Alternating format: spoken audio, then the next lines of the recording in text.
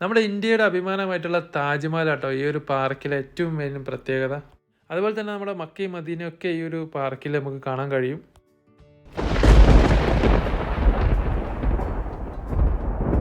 Hello, അസ്സലാമു അലൈക്കും guys. ഞാനിപ്പോൾ ഉള്ളത് നമ്മുടെ റിയാദിലുള്ള ഗുർനാത്തയിലെ ഒരു അടിപൊളി പാർക്കിലാണ്.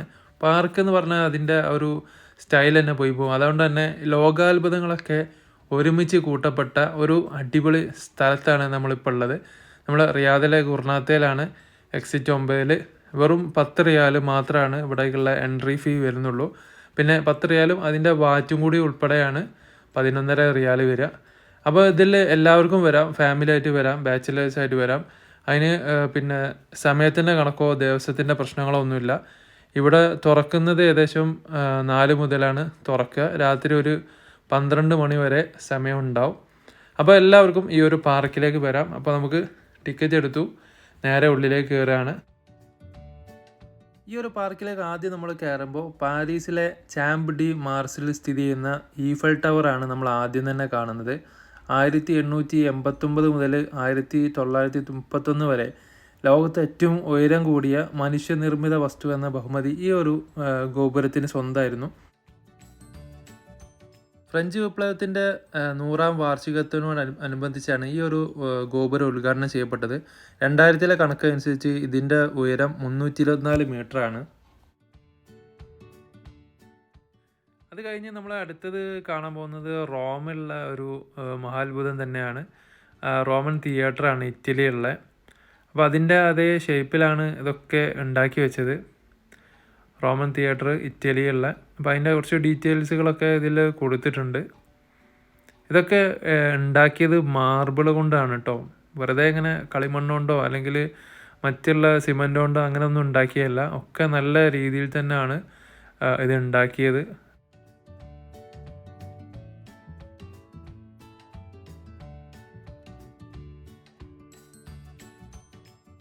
പിന്നെ നമ്മൾ കാണുന്നത് ഇറ്റലിയിലുള്ള പിസാ ഗോപുരമാണ്. 1173 നിർമ്മാണം തുടങ്ങിയപ്പോൾ തന്നെ ഇതിൻ്റെ ഒരു സൈഡ് ഇങ്ങനെ ചെരിഞ്ഞു വരാൻ തുടങ്ങിയിട്ടുണ്ട്.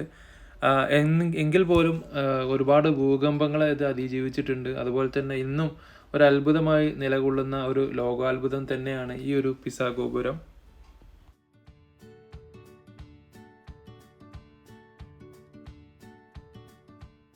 പിന്നെ നമ്മൾ കാണുന്നത് തുർക്കിയിലുള്ള ഹാഗിയ സോഫിയ എന്ന് പറയുന്ന മസ്ജിദാണ്. ഇത് AD 360 ഇത് ഉണ്ടാക്കിയത്. ഉണ്ടാക്കിയ സമയത്ത് ഒരു ക്രിസ്ത്യൻ പള്ളിയായിട്ടാണ് നിർമ്മിക്കപ്പെട്ടത്. പിന്നീട് ഒട്ടോമൻ ആധിപത്യത്തെ തുടർന്ന് 1453 ഇതൊരു മുസ്ലിം പള്ളിയായി. പിന്നീട് 1935 വീണ്ടും ഒരു മ്യൂസിയമായി മാറ്റപ്പെട്ടു. അതിനുശേഷം ഇപ്പോൾ 2020 ശേഷമാണ് ഇത് വീണ്ടും ഒരു മുസ്ലിം പള്ളിയായിട്ട് തന്നെ ഓപ്പൺ ചെയ്തത്.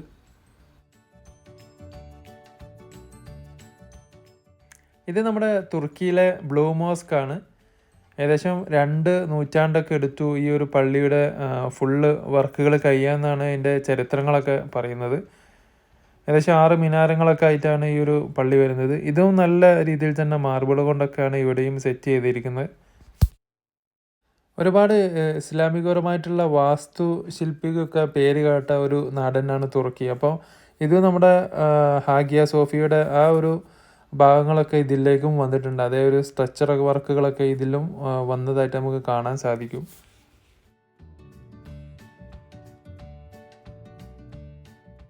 പിന്നീട് നമ്മൾ കാണുന്നത് ബിഗ് ബെൻ എന്നറിയപ്പെടുന്ന ലണ്ടനിലെ ക്ലോക്ക് ടവറാണ്. ഇത് എലിസബത്ത് രാജ്ഞിയുടെ 60ാം വാർഷികം പ്രമാണിച്ച് ഈ ടവറിൻ്റെ പേര് എലിസബത്ത് ടവർ എന്നും ഒക്കെ ആക്കിയിട്ടുണ്ടായിരുന്നു. 1843 അതുപോലെ തന്നെ 1858 കാലഘട്ടത്തിലാണ് ഈ ഒരു ടവർ നിർമ്മിച്ചത്.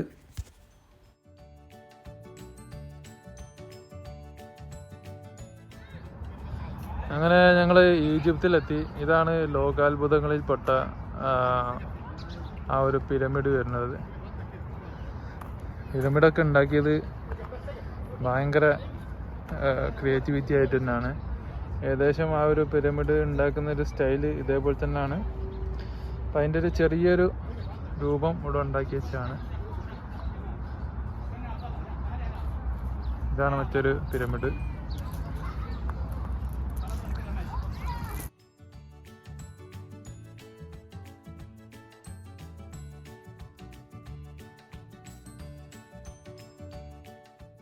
പിന്നെ നമ്മൾ കാണുന്നത് ഫലസ്തീനിലുള്ള മസ്ജിദുൽ അക്സയാണ്. ഇസ്ലാമിൻ്റെ ആദ്യത്തെ കിബിലയാണ് ഈ ഒരു മസ്ജിദുൽ അക്സ. ഇന്നത്തെ കിബില മക്കയിലെ കഅബയാണ്. അപ്പോൾ അതിന് മുന്നേ പടച്ചോന് മുസ്ലിങ്ങൾക്ക് നിർണയിച്ച ഒരു കിബിലയാണ് മസ്ജിദുൽ അക്സ. മക്കയും മദീനയും കഴിഞ്ഞാൽ മുസ്ലിങ്ങൾ മൂന്നാമത്തെ ഏറ്റവും പവിത്രമായിട്ടുള്ള സ്ഥലമായി കാണുന്ന ഒരു സ്ഥലം തന്നെയാണ് മസ്ജിദുൽ അക്സ. ക്രിസ്ത്യാനികളും ജൂതന്മാരും ഒക്കെ ഈ ഒരു ദേവാലയത്തെ വിശുദ്ധമായിട്ട് തന്നെയാണ് കാണുന്നത്. അതുകൊണ്ട് തന്നെ അവർക്ക് എല്ലാവർക്കും പ്രിയപ്പെട്ടതാണ് ഈ ഒരു ദേവാലയം.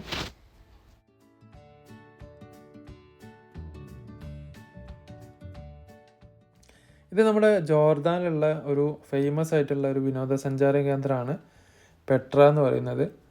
ഏകദേശം 6-ാം നൂറ്റാണ്ടിലൊക്കെയാണ് ഇത് നിർമ്മിച്ചതെന്നാണ് ഇതിൻ്റെ ചരിത്രങ്ങളൊക്കെ പറയുന്നത്. ഇത് നമ്മുടെ പുതിയ 7 അത്ഭുതങ്ങളിൽപ്പെട്ട ഒരു അത്ഭുതമാണ്. ഫുള്ളായിട്ട് ഇത് കല്ലിൽ കൊത്തിയിട്ടാണ് ഉണ്ടാക്കിയത്. അങ്ങനെ ഇതാണ് നമ്മുടെ സൗദി അറേബ്യൻ്റെ സ്വന്തം കിങ്ഡം ടവർ. ഇതാണ് ജിദ്ദയിൽ വരുന്ന ഒരു ടവറാണ്. ലോകത്തെ ഏറ്റവും വലിയ, അതായത് ബുർജ് ഖലീഫിനെക്കാട്ടിയും ഏകദേശം 1000 മീറ്റർ മുകളിലോട്ടേക്ക് വരുന്ന ഒരു ബുർജാണ്. അപ്പോൾ ഇതാണ് വേൾഡിൽ ഏറ്റവും വലുതായിട്ട് വരിക. ഇതിൻ്റെ മൊത്തം പണി കഴിഞ്ഞാൽ ബുർജ് ഖലീഫിനെക്കാട്ടിയും ടോപ്പായിട്ട് വരുന്നതിൻ്റെ ഒരു മോഡലാണിത്. ഇത് തന്നെ നല്ല സംഭവം. 10 റിയാൽ കൊടുത്താൽ അത് മുതലാവുന്ന രീതിയിലുള്ള ഒരു പാർക്ക് തന്നെയാണ് ഈ ഒരു പാർക്ക്.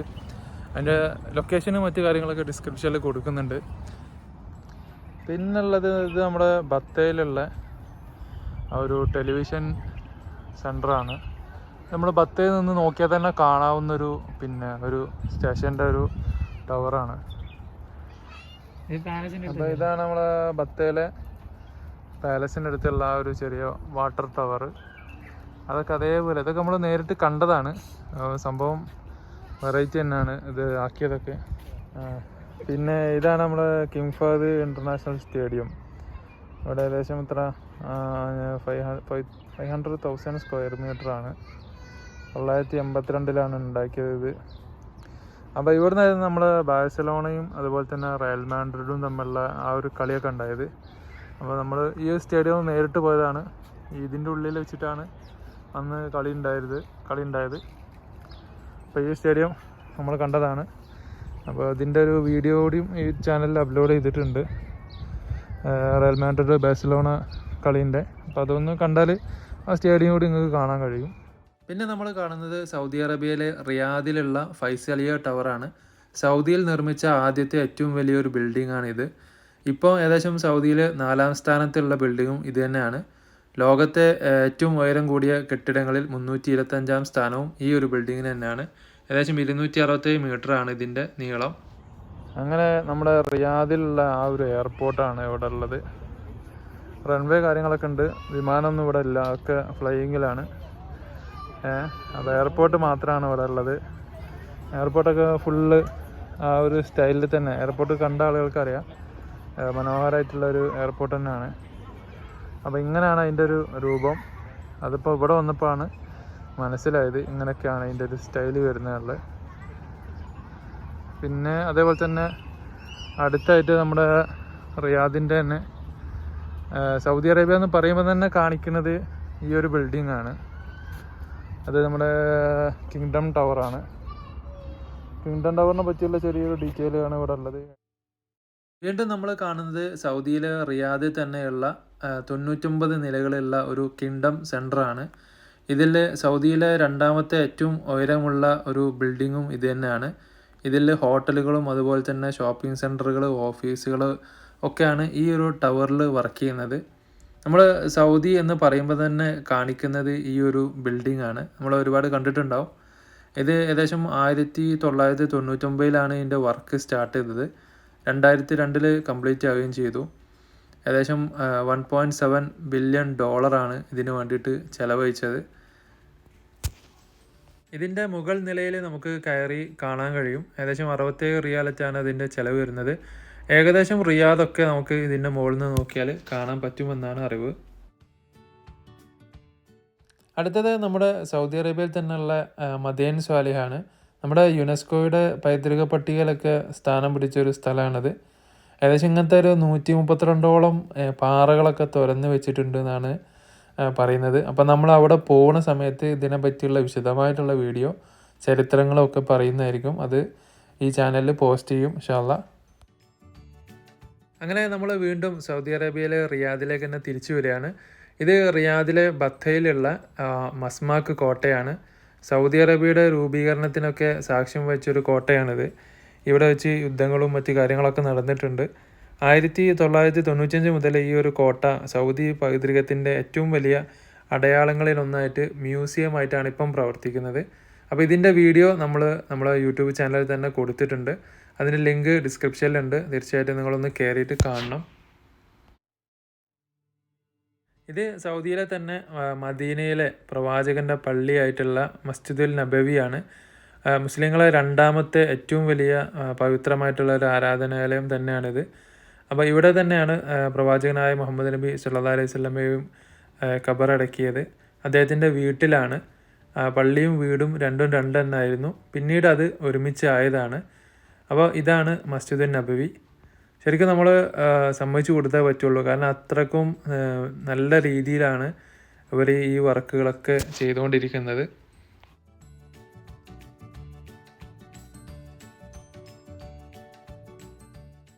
ഈ ഒരു മസ്ജിദ് നബവിൻ്റെ ഒറിജിനൽ വീഡിയോ നമ്മളെ യൂട്യൂബ് ചാനലിൽ തന്നെ അപ്ലോഡ് ചെയ്തിട്ടുണ്ട്. അപ്പോൾ അത് ഞാൻ ഡിസ്ക്രിപ്ഷനിൽ കൊടുക്കുന്നുണ്ട്. അതുപോലെ തന്നെ നമ്മുടെ ഓരോ ലോകാത്ഭുതങ്ങളുടെയും കുറച്ച് ഡീറ്റെയിൽസും ഡിസ്ക്രിപ്ഷനിൽ കൊടുക്കുന്നുണ്ട്. അപ്പോൾ നിങ്ങൾ ജസ്റ്റ് എന്തൊന്ന് കയറിയിട്ട് കാണുക. കാരണം ഇതും അതും ഒരേ ഒരു മോഡലിലാണ് എന്ന് മനസ്സിലാക്കാൻ വേണ്ടിയിട്ടാണ് ഒറിജിനൽ വീഡിയോസിൻ്റെ ആ ഒരു ലിങ്ക് കൂടി ഇവിടെ കൊടുക്കുന്നത്. അപ്പോൾ കാണാത്ത ആളുകളൊന്ന് കയറി കാണാൻ വേണ്ടി ശ്രമിക്കുക.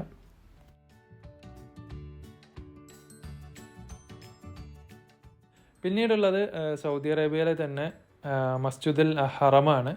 അതിൻ്റെ ഒരു മോഡലാണ് ഇവിടെ കാണുന്നത്.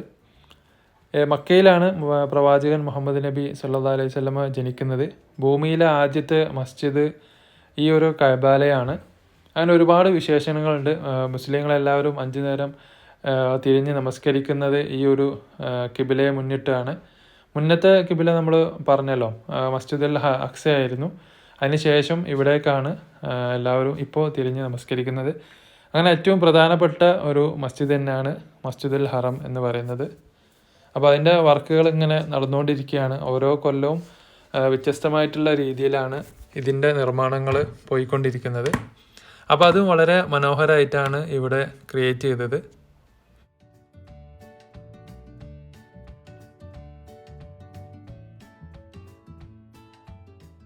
സൗദി അറേബ്യയിലെ മക്കയിലെ മസ്ജിദുൽ ഹറമിനോട് ചേർന്ന് നിലകൊള്ളുന്ന സൗദിയിലെ ഏറ്റവും ഉയരമുള്ള ഒരു ബിൽഡിംഗ് ആണ് അബ്രാജ് അൽ ബൈത്ത് ടവർ അഥവാ മക്ക റോയൽ ക്ലോക്ക് ടവർ. ഇത് ലോകത്തെ ഏറ്റവും വലിയ 3ാമത്തെ ബിൽഡിംഗ് ആണ്. നമ്മുടെ ലണ്ടനിലെ ബിഗ് ബെന്നിനേക്കാൾ 6 ഇരട്ടി വലുപ്പമുള്ളതാണ് ഈ ഒരു ക്ലോക്ക് ടവർ. 2004 ഏകദേശം ഇതിൻ്റെ വർക്കുകൾ തുടങ്ങിയത്. 2011 ഇതിൻ്റെ പണികളൊക്കെ കഴിഞ്ഞത്. ഇതിൽ നമുക്ക് മലയാളികൾ കൂടി അഭിമാനിക്കാൻ പറ്റുന്ന ഒരു സംഭവം കൂടി ഉണ്ട്. നമ്മളെ കേരളത്തിൽ നിന്നുള്ള മാപ്പിള ഖലാസിമാരൊക്കെ ഇതിൻ്റെ നിർമ്മാണത്തിൽ പങ്കെടുത്തിട്ടുണ്ട്. 601 മീറ്ററാണ് ഇതിൻ്റെ നീളം വരുന്നത്. അതുപോലെ തന്നെ ലോകത്തെ ഏറ്റവും വലിയൊരു വാച്ച് ടവറുമാണ് ഈ ഒരു മക്ക ക്ലോക്ക് ടവർ. ഇത് നമ്മുടെ ഫലസ്തീനിലുള്ള ഡോം ഓഫ് റോക്ക് എന്ന് പറയുന്ന ഒരു മസ്ജിദാണ്. മുസ്ലിങ്ങളും ക്രിസ്ത്യാനികളും അതുപോലെ തന്നെ ജൂതന്മാരൊക്കെ ഒരേപോലെ പരിശുദ്ധിയോടുകൂടി കാണുന്ന ഒരു സ്ഥലം തന്നെയാണ് ഈ ഒരു പള്ളി. നമ്മുടെ മസ്ജിദുൽ അഖ്സയുടെ അടുത്തായിട്ട് തന്നെയാണ് ഈ ഒരു പള്ളിയും സ്ഥിതി ചെയ്യുന്നത്. പിന്നെയുള്ളത് നമ്മുടെ മലേഷ്യയിലെ ടിൻ ടവറാണ്, പെട്രോനാസ് തായ്പേയ് 101. ഇതിനെ ഓവർടേക്ക് ചെയ്യുന്നതിന് മുന്നേ ഇതായിരുന്നു ലോകത്തെ ഏറ്റവും ഉയരം കൂടിയ ഒരു ബിൽഡിംഗ്. പക്ഷേ ഇപ്പോഴും ഇതിനൊരു റെക്കോർഡ് അവിടെ തന്നെ നിലനിൽക്കുന്നുണ്ട്. കാരണം ലോകത്തെ ഉയരം കൂടിയ ടിൻ ടവർ എന്നുള്ള റെക്കോർഡ് വേറെ ആരും കൊണ്ടുപോയിട്ടില്ല. ഏകദേശം 98 മുതൽ 2004 വരെ ഇവയായിരുന്നു ലോകത്തെ ഏറ്റവും ഉയരം കൂടിയ ബിൽഡിങ്. അടുത്തതായിട്ട് നമ്മൾ ഈ പാർക്കിൽ കാണുന്നത് പാകിസ്ഥാനിലുള്ള ഫൈസൽ മോസ്ക് ആണ്. ഇത് നമ്മുടെ സൗദി അറേബ്യയിലെ രാജാവായിട്ടുള്ള king Faisal bin Abdul Aziz രാജാവിൻ്റെ കാലത്ത് അദ്ദേഹത്തിൻ്റെ സപ്പോർട്ടോട് കൂടിയിട്ട് നിർമ്മിച്ച ഒരു പള്ളിയാണ്. 1966 ഇതിൻ്റെ പരിപാടികളൊക്കെ തുടങ്ങിയത്. ഏകദേശം 10,000 ആളുകൾക്ക് നമസ്കരിക്കാനുള്ള സൗകര്യമാണ് ഈ ഒരു പള്ളിയുള്ളത്. പാകിസ്ഥാനിലെ ഇസ്ലാമാബാദിലാണ് ഈ ഒരു പള്ളി സ്ഥിതി ചെയ്യുന്നത്. ലോകത്തിലെ തന്നെ 6ാമത്തെ വലിയൊരു പള്ളി കൂടിയാണ് ഈ ഒരു പള്ളി.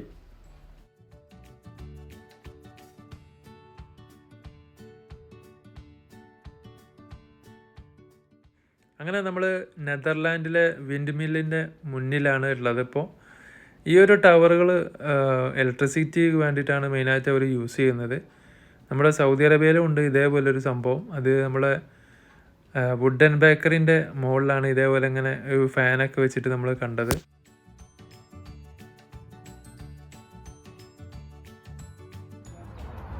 അങ്ങനെ അവസാനം ഞങ്ങൾ ചൈനൻ്റെ വൻമതിലിൻ്റെ അടുത്താണ്. ഫുള്ളായിട്ടുള്ള മതിലില്ല, ചെറിയൊരു മതിലാണ്. അപ്പോൾ ചൈന മതിലിൻ്റെ മുന്നിലാണ് തോന്നുന്നത്. ചൈന ഉണ്ടാക്കിയാൽ വെച്ച ഏറ്റവും നല്ലത് അത് തന്നെ ആയിരിക്കും അല്ലേ? പിന്നെ കൊറോണ. അങ്ങനെ ഞങ്ങളിതാ ഈ ഒരു ചൈന വൻമതിലിൻ്റെ മുന്നിൽ ഇങ്ങനെ നിന്നുകൊണ്ടിരിക്കുകയാണ്. അപ്പോൾ ഇവിടെ വരുന്ന ആളുകൾ തീർച്ചയായിട്ടും സെൽഫി സ്റ്റിക്ക് എടുക്കാൻ മറക്കരുത്. കാരണം വരുന്നുള്ള ഫോട്ടോകളൊക്കെ ഭയങ്കര രസമുള്ള ഫോട്ടോകളാണ്. നമുക്ക് നല്ല ഓർമ്മകളിൽ നിൽക്കുന്ന ഫോട്ടോകളായിരിക്കും.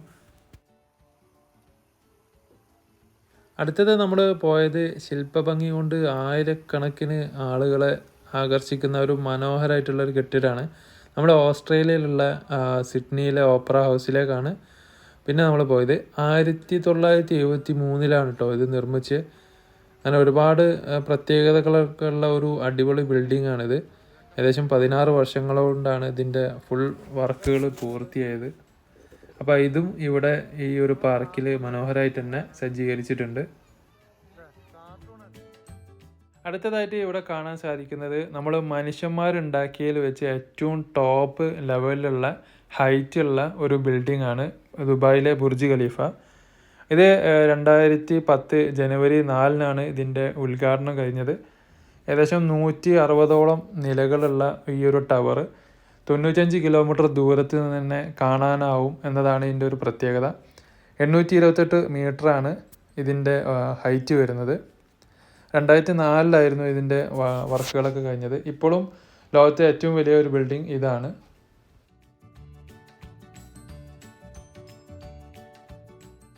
പിന്നെ നമ്മൾ കാണുന്നത് നമ്മുടെ ഇന്ത്യയുടെ അഭിമാനം വാനോളം ഉയർത്തിയ താജ്മഹലാണ്. ഇത് ലോകാത്ഭുതങ്ങളിൽപ്പെട്ട ഒരു സംഭവം തന്നെയാണ്. ഏകദേശം 22 വർഷമെടുത്ത് വെണ്ണക്കല്ലിൽ ഇന്ത്യൻ, ഇസ്ലാമിക്, പേർഷ്യൻ, ഒട്ടോമൻ ഈ ഒരു വാസ്തുവിദ്യകളൊക്കെ ഉപയോഗിച്ചിട്ടാണ് ഈ ഒരു താജ്മഹൽ പണി കഴിപ്പിച്ചിട്ടുള്ളത്. കാലത്തിൻ്റെ കവിളിൽ വീണ കണ്ണുനീർത്തുള്ളി എന്നാണ് രവീന്ദ്രനാഥ് ടാഗോർ ഈ ഒരു താജ്മഹലിനെ വിശേഷിപ്പിച്ചത്. ഏകദേശം 10,000 തൊഴിലാളികൾ ചേർന്നാണ് ഇത് നിർമ്മിച്ചത്. ഉസ്താദ് അഹമ്മദ് ലാഹോറിയാണ് ഇതിൻ്റെ പ്രധാന ശില്പി. നമ്മുടെ താജ്മഹലിൻ്റെ അടുത്തായിട്ട് തന്നെ ഇതേപോലെ ചെറിയൊരു വെള്ളച്ചാട്ടവും അതുപോലെ തന്നെ ഒരു പാർക്കും ഒക്കെ ഈ ഒരു പാർക്കിൽ സെറ്റ് ചെയ്തിട്ടുണ്ട്. പിന്നെ ഇവിടെ ലാസ്റ്റ് ഉള്ളത് മനുഷ്യൻ കീഴടക്കിയതിൽ വെച്ച് ഏറ്റവും വലിയൊരു കൊടുമുടിൻ്റെ മുന്നിലാണ്. നമ്മുടെ എവറസ്റ്റിൻ്റെ ചെറിയൊരു രൂപമാണിത്. അപ്പോൾ എവറസ്റ്റിൻ്റെ മുകളിൽ കയറണം എന്ന ആഗ്രഹമുണ്ട്. എന്തൊക്കെയാണ് അതിൻ്റെ പ്രൊസീജിയർ കാര്യങ്ങൾ വെച്ചാൽ അറിയുന്നവർ ഒന്ന് കമൻ്റായിട്ട് എഴുതണം. അപ്പം പറ്റിയാൽ നമ്മളത് അതിൻ്റെ മുകളിൽ കയറും ഇൻഷാ അല്ലാഹ്. അപ്പോൾ എവറസ്റ്റ് കൊടുമുടി മുതൽ ഈഫൽ ടവർ വരെയുള്ള എല്ലാ ലോകാത്ഭുതങ്ങളും ഈ ഒരു ചെറിയ പാർക്കിൽ വന്നാൽ നമുക്ക് കാണാൻ കഴിയും. അപ്പോൾ ഈ ഒരു വീഡിയോ നിങ്ങൾക്ക് എല്ലാവർക്കും ഇഷ്ടപ്പെട്ടു എന്ന് വിചാരിക്കുന്നു. ഇഷ്ടപ്പെട്ടാൽ തീർച്ചയായിട്ടും ലൈക്ക് ചെയ്യുക. നിങ്ങളുടെ അഭിപ്രായ നിർദ്ദേശങ്ങളൊക്കെ കമൻ്റായിട്ട് എഴുതുക. മറ്റുള്ളവർക്ക് ഈ ഒരു വീഡിയോ ഷെയർ ചെയ്ത് കൊടുക്കുക. അതുപോലെ തന്നെ ആദ്യമായിട്ടാണ് ഈ ചാനൽ കാണുന്നതെങ്കിൽ ചാനൽ സബ്സ്ക്രൈബ് ചെയ്യാൻ മറക്കരുത്. ഒരുപാട് സൗദി ടിപ്സുകളും ഒരുപാട് നല്ല സൗദി കാഴ്ചകളുമായി നമുക്ക് വീണ്ടും കാണാം. അപ്പോൾ അതുവരേക്കും മാസ്സലാമ.